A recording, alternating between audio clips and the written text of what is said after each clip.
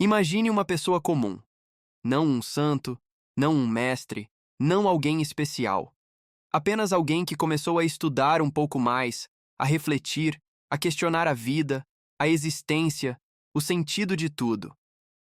Essa pessoa lê alguns livros, assiste algumas palestras, começa a perceber que a realidade talvez não seja só isso aqui: trabalhar, pagar contas, envelhecer e morrer. Em algum momento, ela vislumbra a luz. Não a luz poética, mas a compreensão de que existe algo além. E então, nasce nela um desejo profundo. Eu quero mudar de dimensão. Eu quero sair desse nível de consciência. Eu quero algo maior. E nessa história, essa pessoa chega até um portal. Um portal simbólico, mas extremamente real do ponto de vista da consciência. Do outro lado desse portal, existe um nível de realidade mais sutil, mais leve, mais coerente, mais amoroso. A pessoa está empolgada, sente que merece passar, afinal estudou, buscou, sofreu, evoluiu um pouco.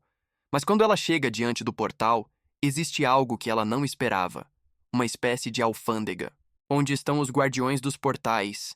E nessa alfândega não estão seres julgando moralmente, não estão punições, não estão ameaças. Existe apenas uma constatação fria e precisa. Para passar, você não pode levar essas bagagens. E quando a pessoa olha para si mesma, percebe que carrega malas invisíveis, mas extremamente pesadas. Mágoas, culpas, medos, traumas, raiva, ressentimento, apego ao controle, apego à identidade, apego ao sofrimento. Bagagens desta vida e de outras vidas. E a alfândega é clara. Você só pode atravessar se limpar essas antimatérias. Antimatéria aqui não é física, é vibracional. São padrões de consciência que vibram baixo. Não é castigo, é incompatibilidade. Você não atravessa porque não consegue sustentar a frequência do outro lado. Não adianta querer. Não adianta desejar. Não adianta saber intelectualmente. É preciso vibrar. E vibrar mais alto exige limpeza. Limpeza real, profunda, estrutural. Essa história não é uma metáfora bonita. Ela descreve exatamente como a realidade funciona. Ninguém sobe de dimensão carregando o peso da inconsciência. Ninguém muda de nível sem antes soltar o que prende. E é aqui que a maioria das pessoas se engana. Elas acham que despertar é acumular conhecimento, quando na verdade despertar é desapegar de peso. Desapegar de peso significa entender que a árvore da vida não é um conceito simbólico distante, nem um diagrama místico para ser admirado. Ela é o mapa operacional da realidade, o manual de funcionamento da consciência em múltiplos níveis. Tudo o que você vive, absolutamente tudo, seus conflitos internos, seus relacionamentos, suas dificuldades financeiras, sua sensação de vazio ou de expansão, está diretamente ligado ao ponto da árvore da vida em que sua consciência está operando neste momento. A maioria das pessoas vive presa nos níveis mais densos da árvore, sem perceber. Elas acreditam que estão tomando decisões livres, mas na verdade estão apenas reagindo. Reagem ao medo, à escassez, ao desejo de controle, à necessidade de validação. Isso não é evolução. Isso é sobrevivência. E sobrevivência pertence às camadas mais baixas da manifestação.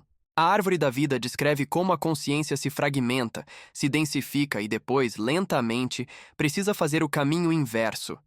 No topo da árvore está a unidade absoluta, o todo, a fonte não dividida. Não existe ali identidade pessoal, nome, história, passado ou futuro. Existe apenas consciência pura, potencial infinito, amor em estado absoluto.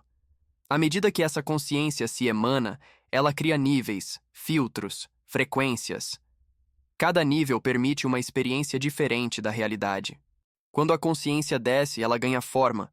Quando sobe, ela perde peso. E é isso que quase ninguém entende. Subir não é conquistar mais coisas, é soltar camadas. Nos níveis mais baixos da árvore, a consciência está completamente identificada com a matéria, com o corpo, com o nome, com a profissão, com o status, com a ideologia. Tudo vira identidade. Tudo vira apego. A pessoa acredita que é o que pensa, o que sente, o que possui, o que defende. Qualquer ameaça a isso gera medo, raiva, reação. Esse é o funcionamento típico de uma consciência ainda presa nas esferas densas. À medida que a pessoa começa a subir na árvore, algo desconfortável acontece. Ela começa a perceber que quase tudo o que achava que era ela não é. E isso dói. Dói porque o ego não quer morrer. Dói porque o personagem luta para sobreviver. Dói porque a mente foi construída para controlar, não para soltar. É por isso que tanta gente diz querer despertar, mas recua quando o processo começa de verdade. Porque despertar não é ver luzes, não é ter experiências místicas, não é acumular conceitos espirituais. Despertar é perder ilusões. E cada ilusão perdida leva junto um pedaço da identidade falsa. A árvore da vida mostra que existe uma passagem crítica no processo, o momento em que a consciência precisa atravessar o abismo interno. Esse abismo não é externo, não é cósmico, não é simbólico. Ele é psicológico, emocional e energético. É o ponto onde a pessoa percebe que não pode levar consigo ressentimentos, culpas, vaidades, desejos de poder, controle, superioridade ou vitimismo. Nada disso atravessa. É aqui que entra a ideia da alfândega, da mudança de dimensão. Não é um juiz externo que impede a passagem. É a própria frequência da consciência. Aquilo que vibra pesado simplesmente não consegue subir. Não é punição. É física da consciência. É ressonância. E quando a pessoa entende isso, surge a grande pergunta: como limpar? Como aliviar o peso? Como realmente subir na árvore da vida e não apenas falar sobre ela? A resposta nunca foi secreta. Ela sempre esteve disponível, mas exige responsabilidade. A limpeza acontece sustentada por 3 pilares inseparáveis. Se um deles falta, o processo trava. Esses 3 pilares não são uma escolha opcional. Eles não funcionam isoladamente e não podem ser praticados pela metade. A consciência não negocia com atalhos. Ou os 3 estão presentes, ou o processo não acontece de forma real e sustentável. O primeiro pilar, o estudo, existe para alinhar a mente com a realidade. Não é estudo para acumular conceitos espirituais, nem para repetir frases bonitas. É estudo para desmontar ilusões. A mente humana foi treinada desde cedo para interpretar o mundo de forma fragmentada, baseada em medo, competição e escassez. Se essa mente não for reeducada, ela vai usar até a espiritualidade como ferramenta de ego. Vai transformar conhecimento em identidade, vaidade e sensação de superioridade. Estudar de verdade é aceitar que quase tudo o que você acredita pode estar errado. É olhar para a árvore da vida e entender que ela não fala de moral, religião ou crença, mas de estrutura da consciência. Cada esfera representa um nível de percepção da realidade. Quanto mais baixo, mais fragmentada a visão. Quanto mais alto, mais integrada. Sem estudo, a pessoa permanece reagindo automaticamente aos estímulos do mundo. Ela acha que escolhe, mas apenas repete padrões. Com o estudo, ela começa a observar a si mesma. Começa a perceber seus gatilhos, seus condicionamentos, suas ilusões internas. E só aquilo que é visto pode ser transformado. O segundo pilar, o trabalho, é onde tudo isso é colocado à prova. A árvore da vida não é um sistema de fuga do mundo. Pelo contrário, ela mostra como a consciência se manifesta na matéria. Quem tenta subir evitando o mundo, evitando responsabilidades, evitando desafios, está indo na direção oposta. Está se densificando mais, mesmo acreditando que está evoluindo. O trabalho existe porque é no atrito com a realidade que o ego aparece.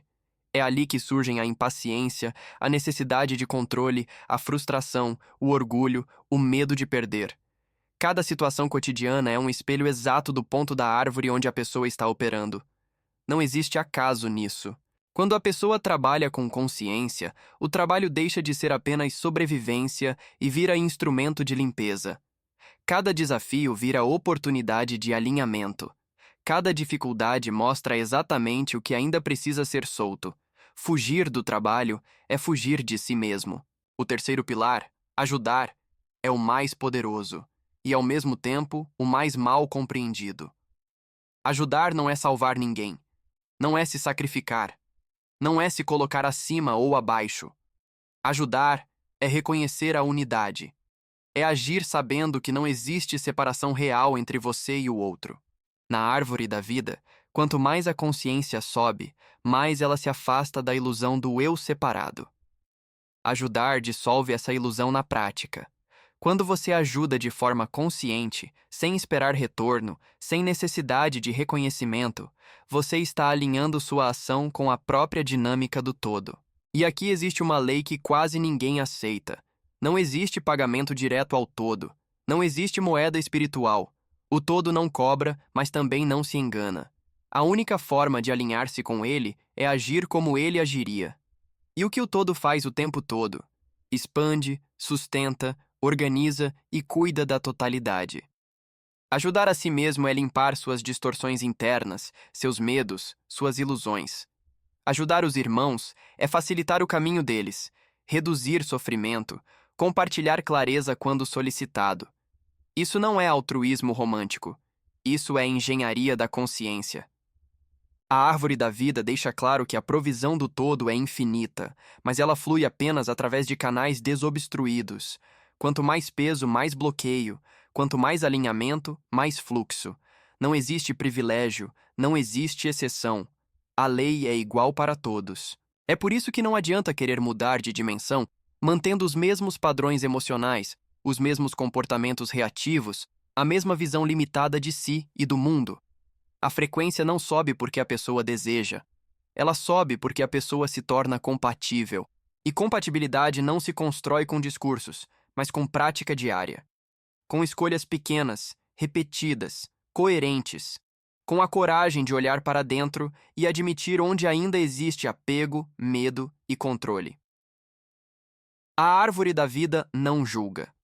Ela apenas mostra. Ela mostra onde você está e quais são os próximos passos possíveis a partir desse ponto. Ignorar isso não impede o funcionamento da lei.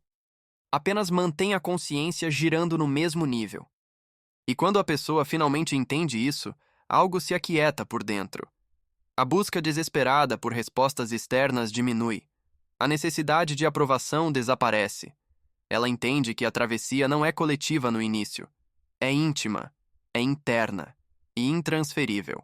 Subir na árvore da vida é um processo de desidentificação progressiva. Cada nível alcançado não adiciona algo novo. Ele remove algo antigo. Remove ilusões, remove pesos, remove falsas certezas, até que reste apenas o essencial. E o essencial não precisa ser defendido. Ele simplesmente é.